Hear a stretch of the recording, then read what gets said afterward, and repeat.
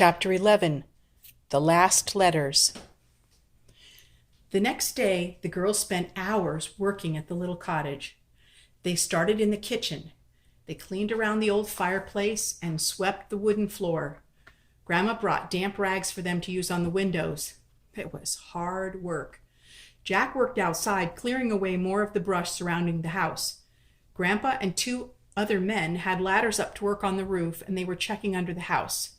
Grandma and Mrs. Walker brought lunch. Early that evening, after long showers to wash off the dirt and grime, the girls were relaxing at the kitchen table playing cards with Grandpa. Someone knocked at the door. "Please come on in, Mr. Parks," they heard Grandma say.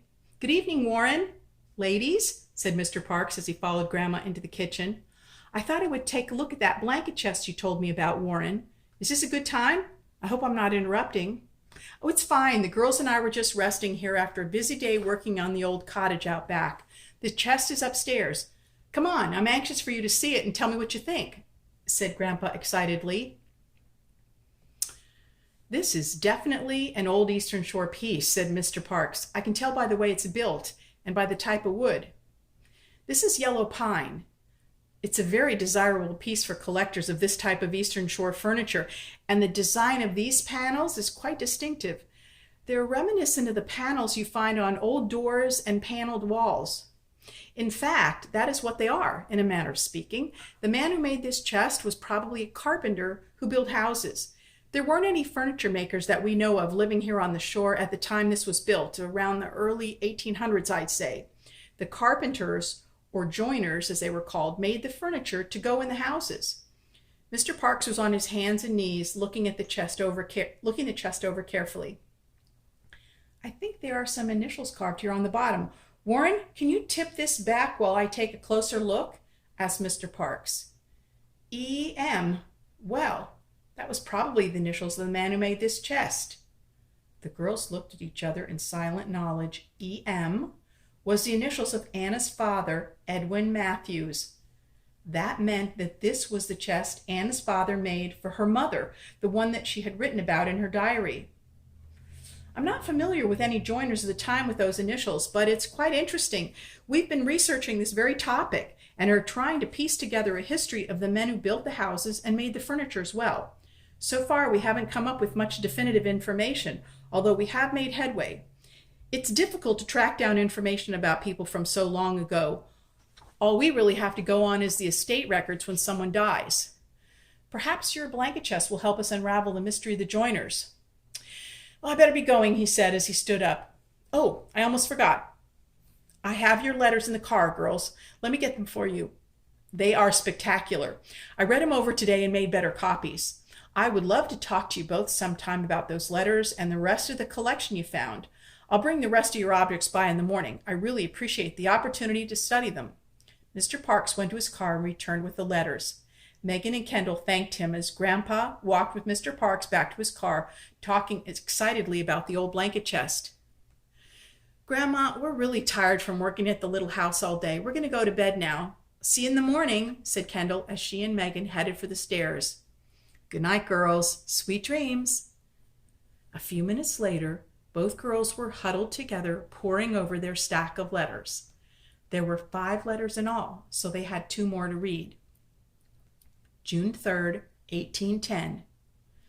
Dear Cousin Anna, we arrived home safely from our visit with you and your family after a rather long journey. It was so wonderful to see you again. Thank you for the beautiful cradle you and Uncle Edwin made for me. I will make a new baby to sleep in it under the lovely blanket you sewed. I hope you are enjoying your new friend, Nellie. I have always loved your house, but I really enjoyed seeing the secret hiding place your father made in your bedroom. I love secrets. Thank you for sharing your secret with me. You can trust that I will tell no one. Your cousin, Eliza. October 28th, 1810. My dear Anna, the weather is cool today. I finished my chores early and am working on the quilt for baby Dorothy. I need to finish it soon before she grows too big for it. A new family moved in to the next farm. They have only one son, a boy named Joshua. He is Daniel's age and they are already great friends. Joshua is here at our home as much as my own brother. Joshua loves to whittle as much as Daniel does. We shall be buried under their birds by spring if they whittle all winter. I shall tell you a secret. I think Joshua Walker is very handsome and kind. Your cousin, Eliza. The girls stared at each other in shock. Joshua Walker? Could that be the same Joshua Walker that Jack said was his great-great-great-grandfather? It can't be, can it? Asked Kendall. I don't know. Joshua Walker. Remember, Jack said that he was born in 1795. This letter was written in 1810. So how old was Joshua Walker in the letter? Megan asked.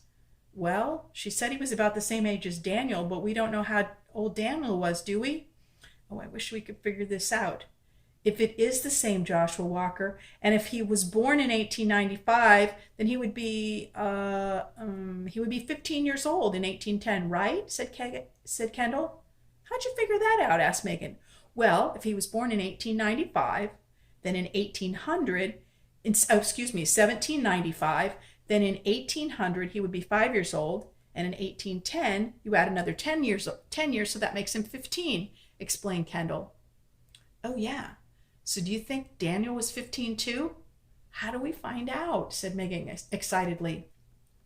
I think we're going to show this to Jack and then maybe to his mother. Mrs. Walker could figure this out for sure, don't you think?